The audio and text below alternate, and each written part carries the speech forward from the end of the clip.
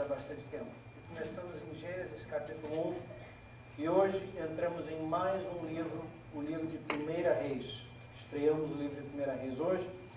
Hoje vamos encontrar o terceiro rei de Israel. O terceiro rei de Israel, o nome dele é Salomão. A história de Salomão é uma história rica e muito interessante. Salomão não só foi rei de Israel, mas ele é autor de alguns livros da Bíblia, o livro de Provérbios, o livro de Cantares de Salomão e o livro de Eclesiastes. E nós vamos falar também sobre isso. A vida dele é uma vida interessante. O livro começa, 1 Reis começa com a transição do reinado do rei Davi para o reinado do seu filho Salomão. E hoje nós estaremos olhando o capítulo 1 e 2 de 1 Reis. Vai ter bastante coisa interessante para a gente aprender sobre esse grande rei de Israel. Antes de avançarmos na história, eu quero dar assim, um contexto para os irmãos que vai ajudar a gente a entender 1 e 2 Samuel, 1 e 2 Reis e 1 e 2 Crônicas. E é o seguinte: a monarquia de Israel tem 3 fases. A primeira fase é o Reino Unido, a segunda fase é o Reino Dividido e a terceira fase é o Reino Destruído. Primeira fase, Reino Unido, é quando Israel tinha um só rei. O primeiro rei foi Saul, o segundo foi Davi e o terceiro foi Salomão. Coincidentemente, aliás, eu não sei se é coincidência, eu não creio em coincidência não, mas é interessante que todos esses 3 reis reinaram por 40 anos. Saul reinou 40, Davi reinou 40, Salomão reinou 40. Ao todo, 120 anos de monarquia unida. No final da vida de Salomão, como nós vamos ver, quando ele morre, tem uma guerra civil e o reino se divide. Aí vai ser a monarquia dividida, o reinado dividido. No sul vai ter o reino de Judá, no norte vai ter o reino chamado Israel. Judá e Israel. Os descendentes de Davi vão reinar no sul, em Jerusalém, em Judá. E no norte vai levantar uma outra linhagem de reis. No norte vão ter 20 reis, e todos esses 20 reis serão maus. Serão reis que não temeram a Deus, desobedeceram a Deus, foram reis pagãos e carnais. No sul vão ter 18 reis, e esses 18 reis serão todos descendentes de Davi, e 8 desses 18 serão bons reis, 10 não serão. Então nós vamos, quando chegarmos na parte do reino dividido, vai ficar um pouquinho complicado e eu vou tentar esclarecer, porque a Bíblia vai estar contando 2 histórias paralelas, a história do reino do sul e do norte, juntos. E fica um pouco difícil, até porque às vezes acontece do rei do norte e do sul, 2 reis têm o mesmo nome. Mas nós vamos atravessar isso juntos. E vamos chegar lá e vamos aprender muito também com esse período do reino dividido. No final do reino dividido acontecem 2 coisas. Com cada rei que assumiu o poder, Israel se distanciava mais e mais e mais e mais de Deus. Até que chegou um ponto que Deus falou: basta, vocês agora foram longe demais. Isso vai acontecer primeiro no norte. Então Deus vai permitir que uma nação vizinha, a Síria, invada o reino do norte e destrua o reino do norte. E leve todo mundo para o cativeiro, para a escravidão. Isso aconteceu no ano 722 a.C., através do reino da Assíria. O reino do sul, porque ele teve alguns reis bons, vai durar um pouquinho mais. Mas, eventualmente, em 586 a.C., o reino do sul também cai, agora debaixo das mãos da Babilônia. A Babilônia invade o sul e destrói Jerusalém, e Israel aí deixa de existir como nação. Eles vão para o cativeiro e depois Deus vai trazer eles de volta. E é uma história interessante o retorno deles para a Terra Prometida, vamos falar sobre isso quando chegarmos em Esdras e Neemias.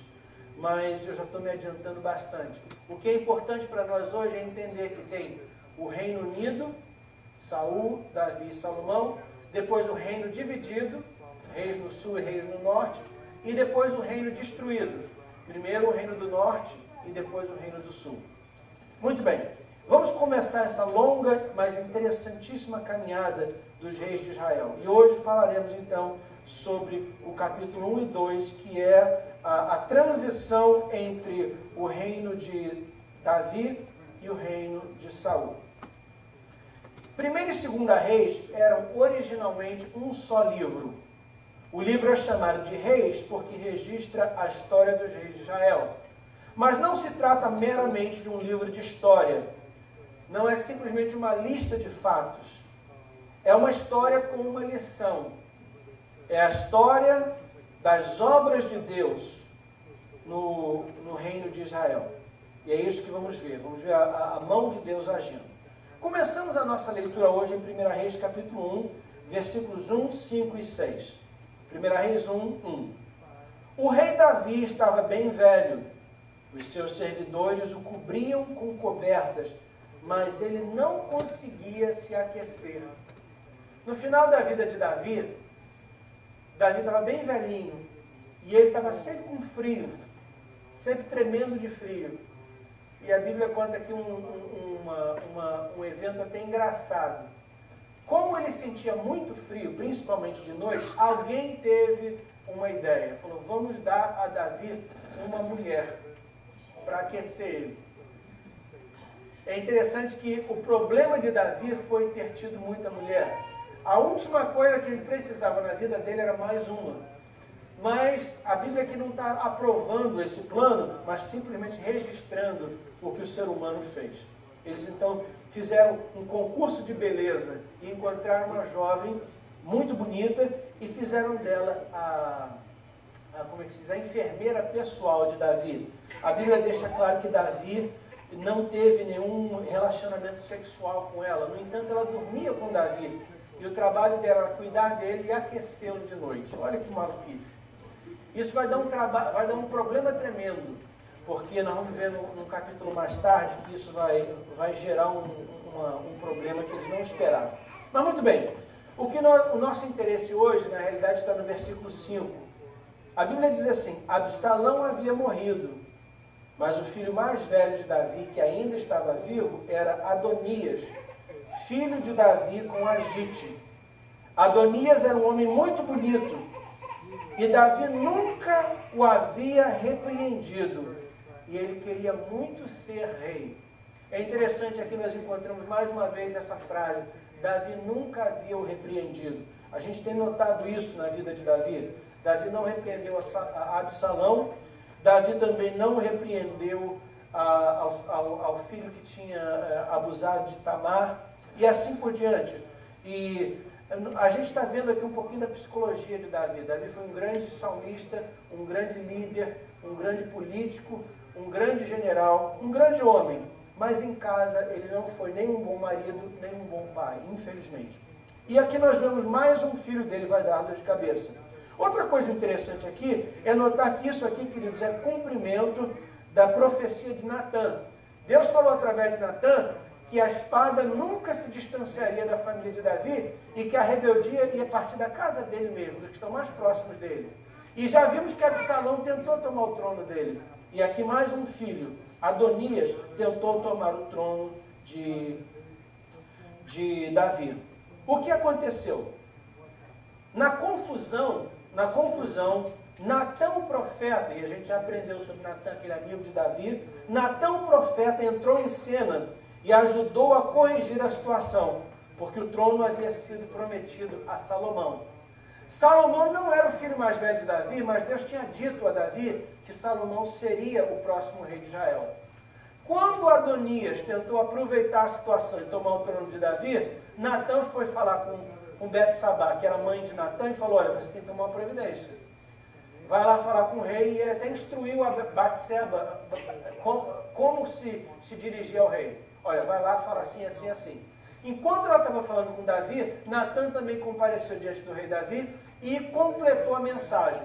E, como conclusão, no versículo 33 e 34, Davi chamou alguns dos seus líderes e falou com eles assim, Ali Zadok e Natã ungirão a Salomão como rei de Davi. Depois, toquem as cornetas e gritem, viva o rei Salomão. Então, muito bem, depois da intervenção de Natã, Davi tomou a liderança, Davi deu ordem específica para que Salomão fosse coroado rei, e isso aconteceu com a ajuda de Natã e de Zadok. Zadok era o sacerdote Natã era o profeta. Muito bem, capítulo 2. Davi agora é um homem bem velhinho, e ele sente que a sua vida está chegando ao fim. Salomão tinha acabado de assumir o trono, acabado de ser coroado como rei. E Davi então tem algumas palavras de instrução, alguns conselhos práticos para Salomão. O nosso assunto hoje são esses conselhos. 1 Reis capítulo 2, versículos 1, 2 e 3. Quando estava chegando o dia da morte de Davi, Davi deu conselhos ao seu filho Salomão. Davi disse: está chegando o dia da minha morte. Portanto, número 1, seja corajoso. Número 2, seja homem. Número 3, faça aquilo que o Senhor Deus manda. Obedeça todas as suas leis e mandamentos, como estão escritos na lei de Moisés. Assim você será bem-sucedido aonde quer que for e em tudo o que você fizer. Com essas 3 palavras, com estes 3 conselhos, Davi preparou Salomão para o reinado, para a vida, e se despediu também do seu filho.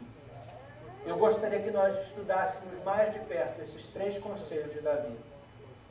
Em primeiro lugar, Davi disse a Salomão: Salomão, seja corajoso. Diga comigo: seja corajoso. Mais alto. Seja corajoso. 33 vezes na Bíblia, próxima tela, por gentileza. 33 vezes na Bíblia encontramos a admoestação: seja corajoso ou seja forte.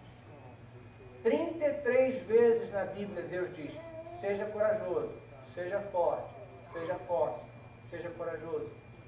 E geralmente Deus diz isso depois de lhe dar uma tarefa para alguém. Por exemplo, quando Deus deu a Josué a tarefa de conquistar a terra prometida, ele disse: seja forte e corajoso.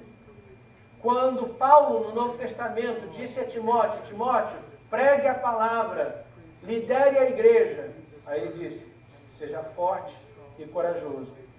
No Velho e no Novo Testamento, esse desafio se repete: seja corajoso, seja corajoso, seja corajoso, seja forte. Provérbios 24:10 diz assim: quem é fraco numa crise é realmente fraco. Quem é fraco numa crise é realmente fraco. Queridos, Deus sabe que no mundo teremos aflições e é importante que tenhamos bom ânimo. Deus sabe que no mundo enfrentaremos crises e a crise testa a nossa força, o nosso caráter e a nossa determinação. É a crise que testa a nossa fé em Deus. É fácil ser forte quando tudo está bem. O desafio é ser forte no dia da crise. E a verdade é que a crise virá para todos nós. Crise de saúde, crise financeira, crise emocional, crise ministerial, crise matrimonial. Disse Jesus: no mundo tereis aflições. Todos nós passaremos por crises, mais cedo ou mais tarde. E por isso Deus repete 33 vezes: seja forte, seja corajoso. Pastor, mas eu estou cansado. Pastor, mas eu sou fraco. Isaías 40:29. Aos cansados Ele dá novas forças e enche de energia os fracos. Quantos dizem amém? Amém. Se você está cansado, se você se sente fraco, você é um bom candidato para ser fortalecido por Deus ainda hoje. Em Joel capítulo 3, versículo 10, a Bíblia diz assim: transformem os seus arados em espadas e as suas foices, e das suas foices façam lanças, que até os fracos digam que são valentes. Que os fracos digam que são valentes. Joel 3:10 é uma passagem interessante, porque ela descreve as mudanças de estação na nossa vida. Transforme os arados em espadas e as foices e das foices façam lanças. O que é um arado? O que é uma foice? A foice e o arado são instrumentos de colheita, são o equipamento que um fazendeiro usa. O que é, por outro lado, a espada e a lança? A lança são armas de guerra. E o que a Bíblia está dizendo aqui é que às vezes na vida a gente precisa de arado e de foice. Às vezes na vida a gente precisa de ser fazendeiro. A gente precisa de ser um lavrador. Às vezes na vida a gente está plantando e colhendo, plantando e colhendo, plantando e colhendo. Porém existem temporadas na vida quando somos atacados pelo inimigo. E quando somos atacados pelo inimigo, é hora de pegar o arado e a foice e transformar esses instrumentos de colheita em armas de guerra e partir para a luta. Na semana passada mesmo vimos um homem que fez isso, alguém lembra? O nome dele era Samar. A Bíblia diz que ele estava colhendo um campo de lentilhas quando o inimigo o atacou. E a Bíblia diz que ele pegou as ferramentas de colheita e transformou ela em armas de guerra e lutou pelo seu campo. Nós também precisamos entender que principalmente nos momentos de colheita, o inimigo muitas vezes nos ataca. E nessas horas nós precisamos fazer o que Davi falou a Salomão. Seja corajoso, seja corajoso. Quando o inimigo ataca, não é hora de chorar, não é hora de reclamar e muito menos não é hora de voltar atrás. É hora de pegar a ferramenta de colheita e transformar ela em arma e encarar o inimigo. Diz a palavra de Deus: sujeitai-vos a Deus, resisti ao diabo e ele fugirá de vós. E note o que Joel 3,10 diz. Diga o fraco, eu sou forte. Diga o fraco, eu sou forte. Amados, o livro de Provérbios nos ensina que a vida e a morte estão sob o poder da língua. Nunca anuncie para o mundo, para Satanás e para você mesmo que você é fraco. Não diga isso. Muitas vezes o crente usa a sua própria boca para praguejar a si mesmo. Ah, mas eu sou tão fraco. Ah, mas eu sou pobre. Ah, mas eu não consigo. Ah, mas eu não posso. Não faça isso. Siga o conselho de Joel 3,10. Diga ao fraco, eu sou forte. Tudo posso naquele que me fortalece. Se Deus é por nós, quem será contra nós? Maior é aquele que está em mim do que aquele que está no mundo. O meu Deus suprirá todas as minhas necessidades em glória por Cristo Jesus. Essa deve ser a nossa declaração de fé. Diga ao fraco, eu sou forte. Número 2. O segundo conselho que Davi deu a Salomão. Salomão, seja homem. Salomão, seja homem. Em grande parte das vezes que a Bíblia fala sobre homem, usa a palavra homem na Bíblia, pode se referir ao homem ou à mulher. É o termo genérico. Então, diversas passagens onde nós lemos a palavra homem, se aplica igualmente para a mulher. Essa não. Nessa passagem,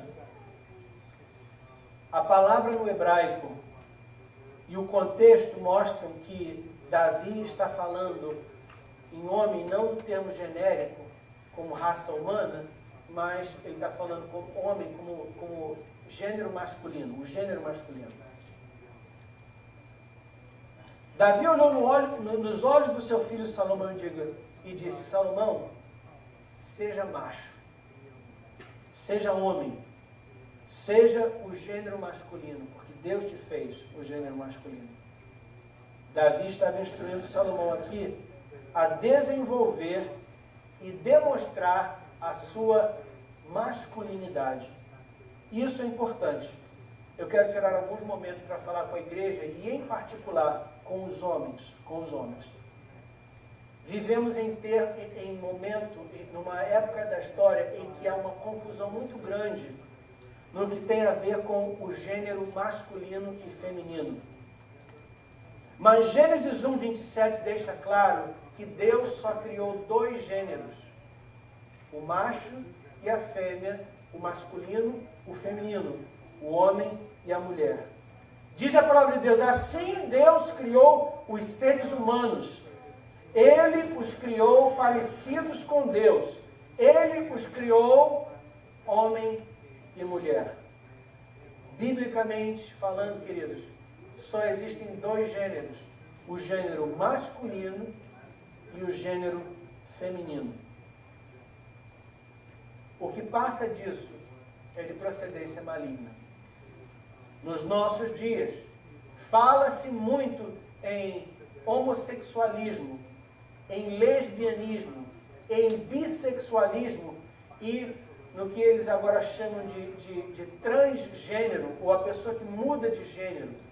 Alguém pode pensar que, pastor, isso não é popular. Não é ainda, mas está tentando ser. Aliás, hoje, se você comprar a Time Magazine, aquela revista famosa no mundo todo, a revista Time, a revista Time de hoje, do dia 9 de junho, a capa da revista é um retrato de um homem que fez uma operação para se tornar mulher. E o artigo principal da revista Times de hoje é sobre essa mudança de gênero, mudança de sexo. É a nova moda e vai ser a próxima ênfase da sociedade secular.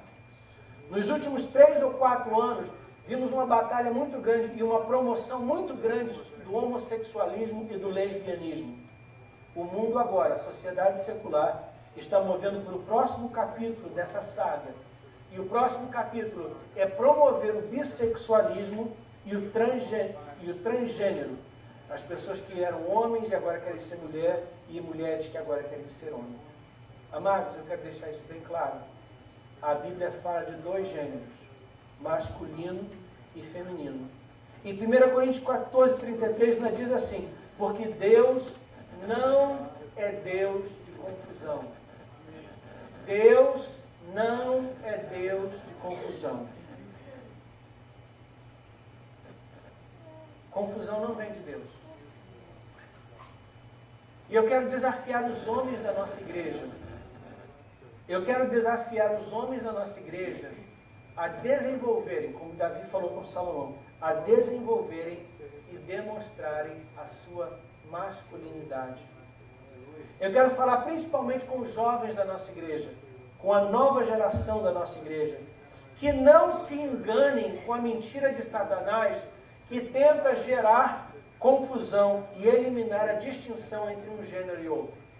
Deus criou macho e fêmea, masculino e feminino. O que passa disso é de procedência maligna.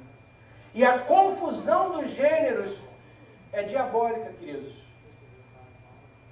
Os nossos jovens estão vivendo um momento terrível de confusão.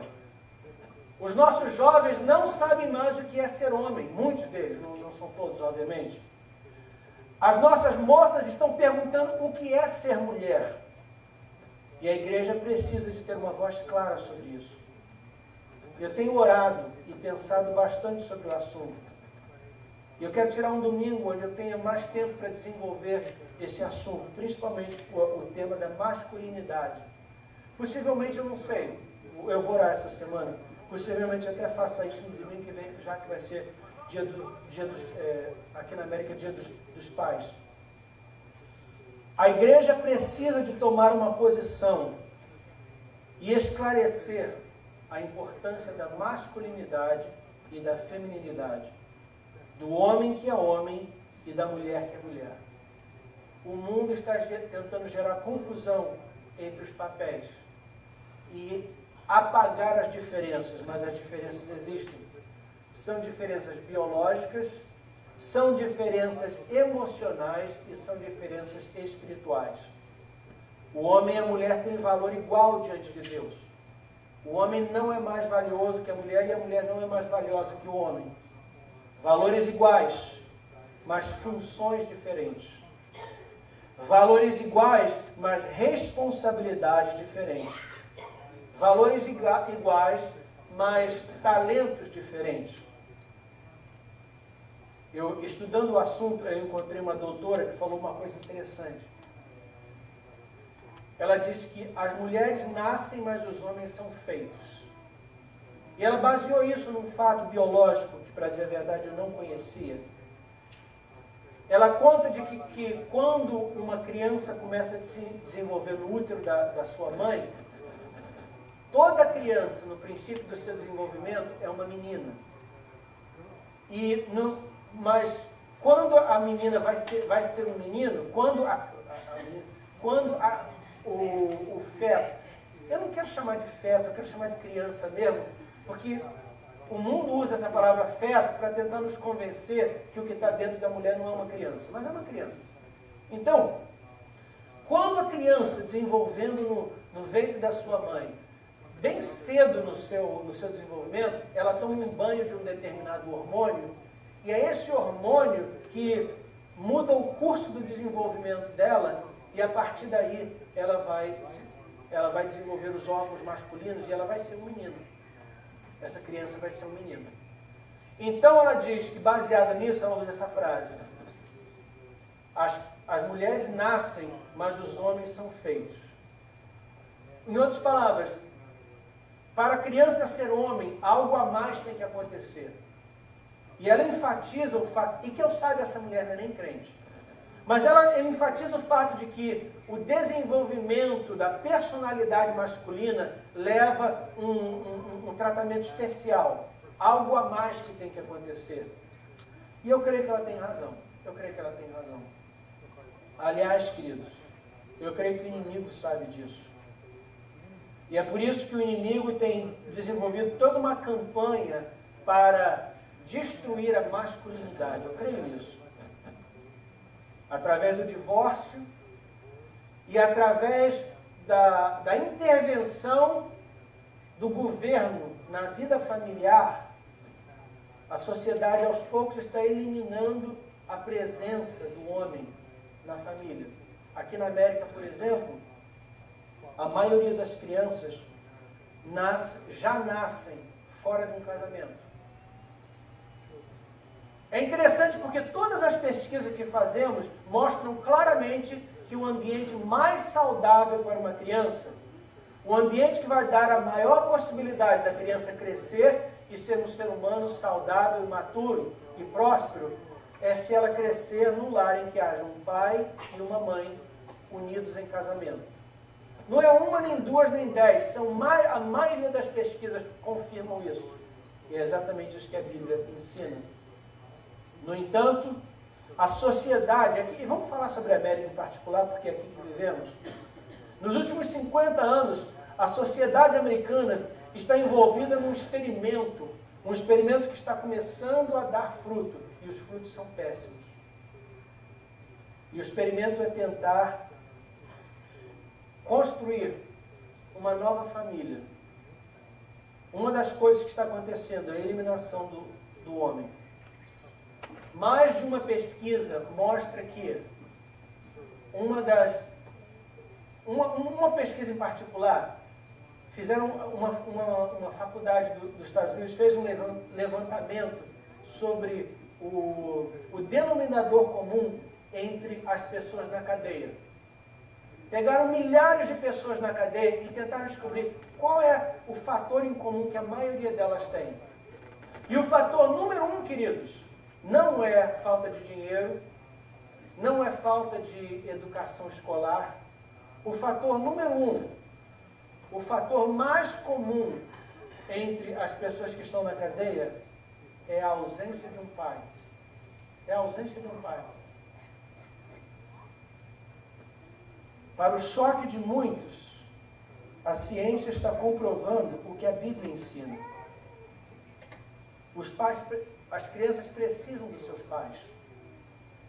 As crianças precisam de um homem na sua família, na sua vida. E parece que a presença desse homem, do pai, no lar, ajuda a nortear o resto da família. A mãe é uma melhor mãe quando ela pode contar com o marido do seu lado. Os filhos se tornam melhores filhos quando eles têm um homem, o seu pai, dentro de casa. Não é minimizar a importância da mãe e da mulher no lar, porque ela também é importante. Mas existe um papel fundamental a ser cumprido pelo homem dentro de casa. Deus não é Deus de confusão. Deus não é Deus de confusão.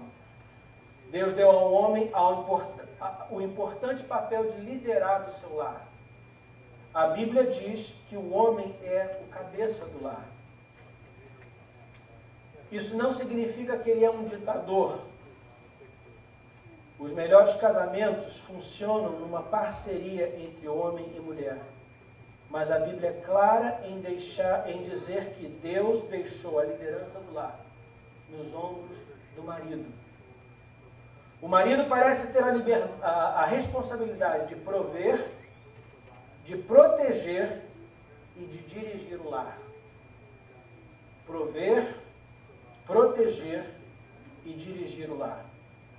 E quando o marido cumpre o seu papel, ele dá liberdade à mulher de cumprir o seu papel também.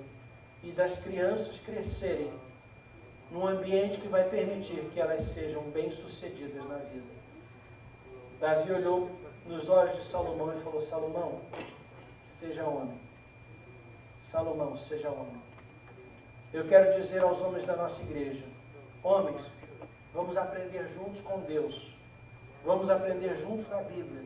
E vamos desafiar uns aos outros a sermos os homens que Deus nos criou para ser. Isso é muito importante, amados.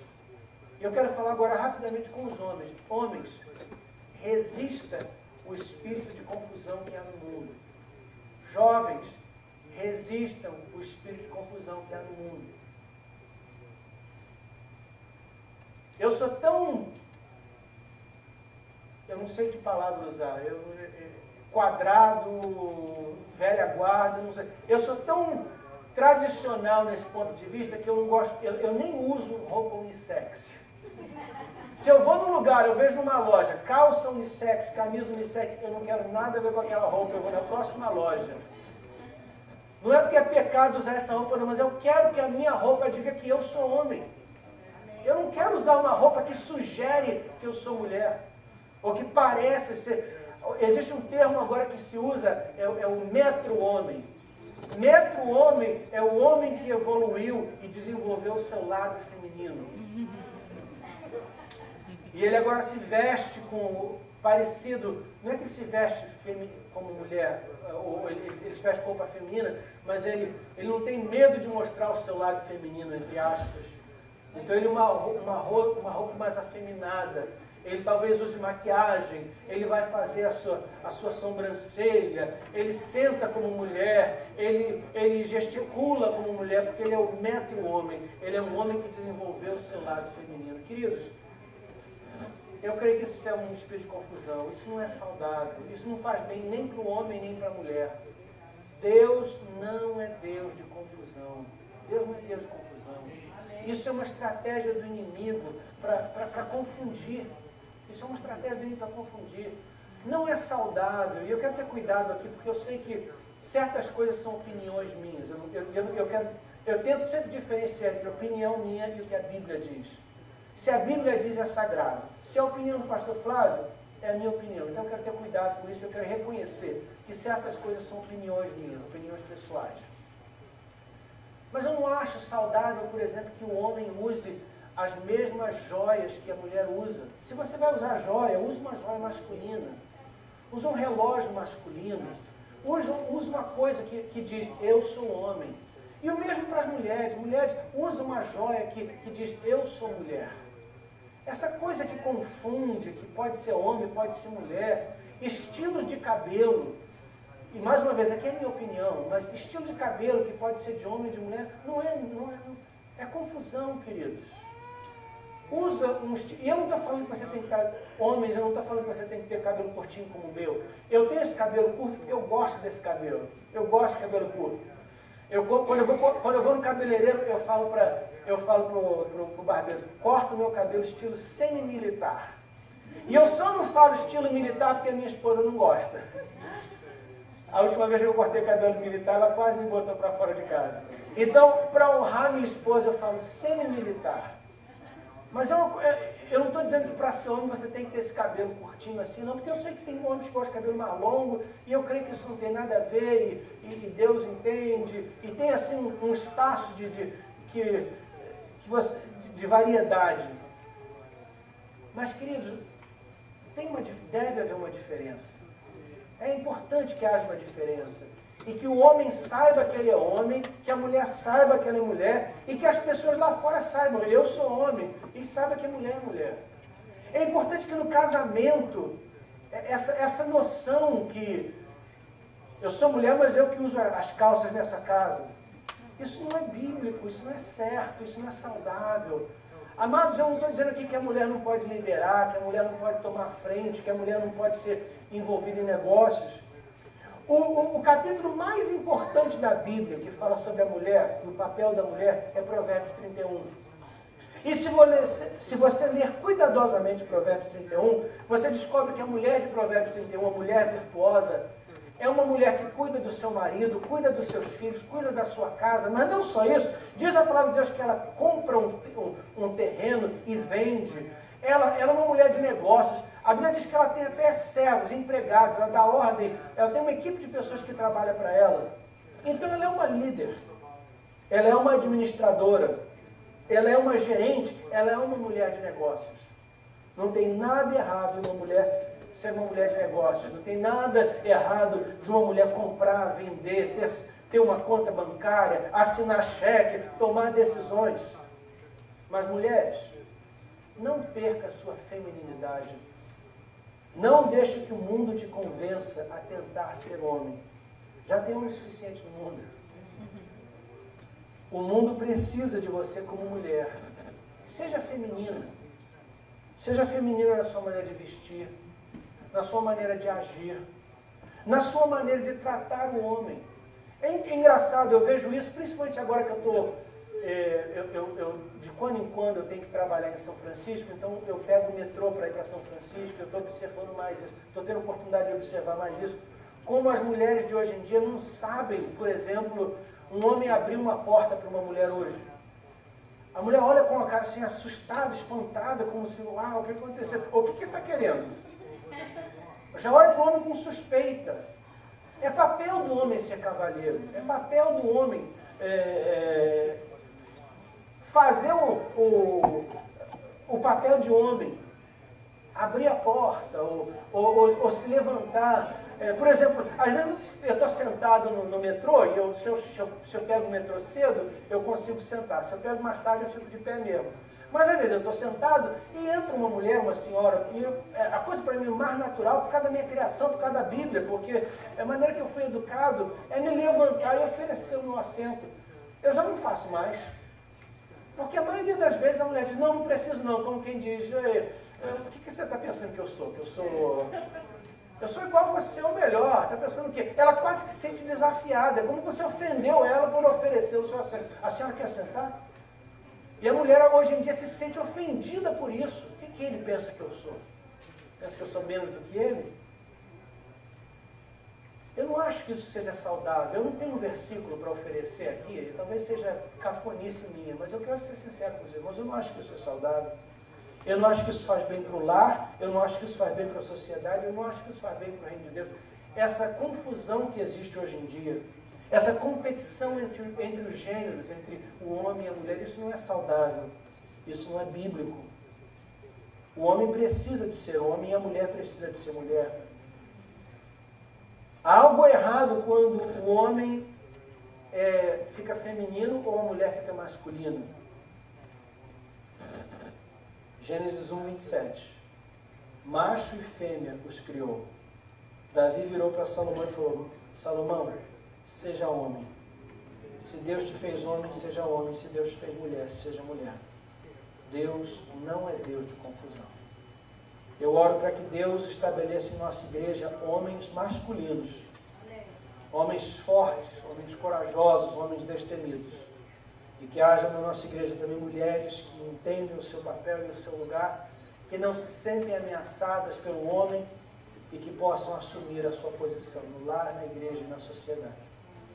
A terceira coisa que Deus disse através de Davi para Salomão, Salomão, obedeça a Deus. Obedeça a Deus. 1 Reis capítulo 2, versículo 3. E guarde a ordenança do Senhor teu Deus. Final do versículo. Para que prosperes em tudo quanto fizeres e para onde quer que fores. Davi disse, Salomão, se você quiser prosperar na sua vida, obedeça a Deus. É interessante que anos mais tarde, quando Salomão estava no final da sua vida, ele escreveu um livro chamado Eclesiastes. E no finalzinho desse livro ele escreve assim: de tudo que se tem ouvido, o resumo é esse: tema a Deus e guarde os seus mandamentos, porque isto é o dever de todo ser humano. De todo ser humano.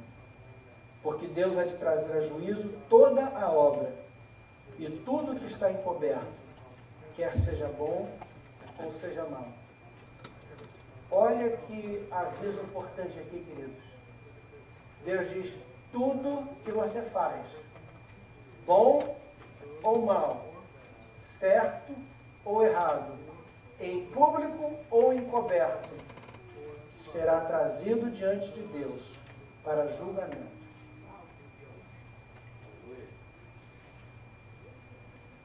Tudo que fazemos, um dia compareceremos diante de Deus para prestar conta por isso. E Deus, então, vai nos recompensar ou nos corrigir, baseado na nossa obediência ou desobediência à vontade revelada dele.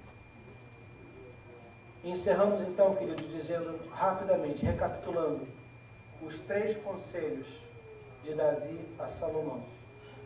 Deus disse a Salomão, número 1, seja forte em sua missão, seja firme em sua identidade e obediente à vontade de Deus.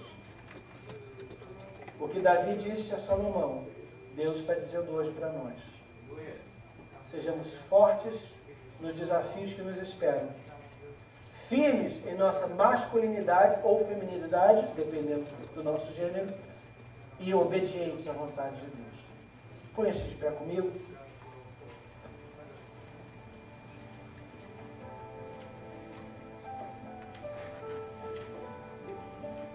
Amado Deus e Pai, amado Deus e Pai, pedimos a Tua ajuda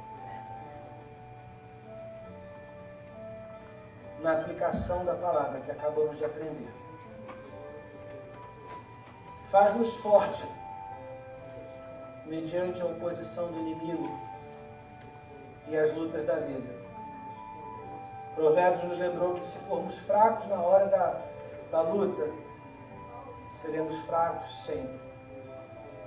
Eu oro por aquelas pessoas que estão enfrentando um obstáculo na vida, que possamos ser fortes diante desse obstáculo, que possamos insistir e persistir até a vitória. Eu oro também pela nossa identidade sexual, Pai. Eu oro a Deus especialmente nessa tarde, pelos homens da nossa igreja, para que eles sejam encorajados e fortalecidos no desafio de serem homens.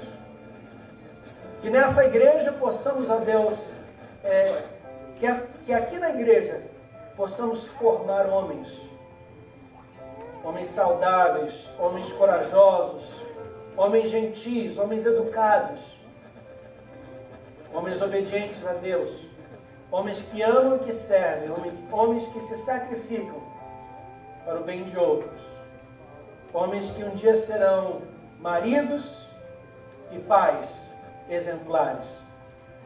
Faz dessa igreja uma fábrica de homens valorosos. Ajuda-nos, ó Deus. Ajuda os pais que estão aqui.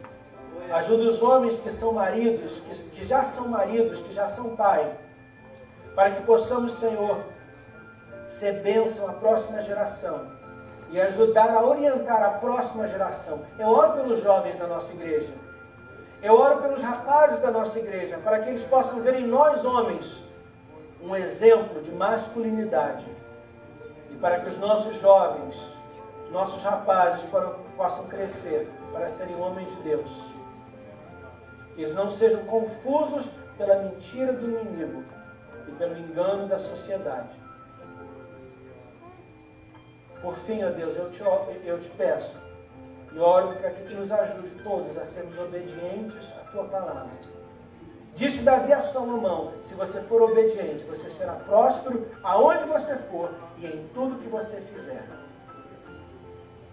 Ajuda-nos a sermos obedientes à tua palavra. É o que oramos e pedimos, em nome de Jesus Cristo, nosso Senhor. E em fé já te agradecemos. E que todo o povo de Deus diga amém. Deus abençoe os irmãos, tenham uma excelente semana e lembre-se que Jesus te ama e nós também.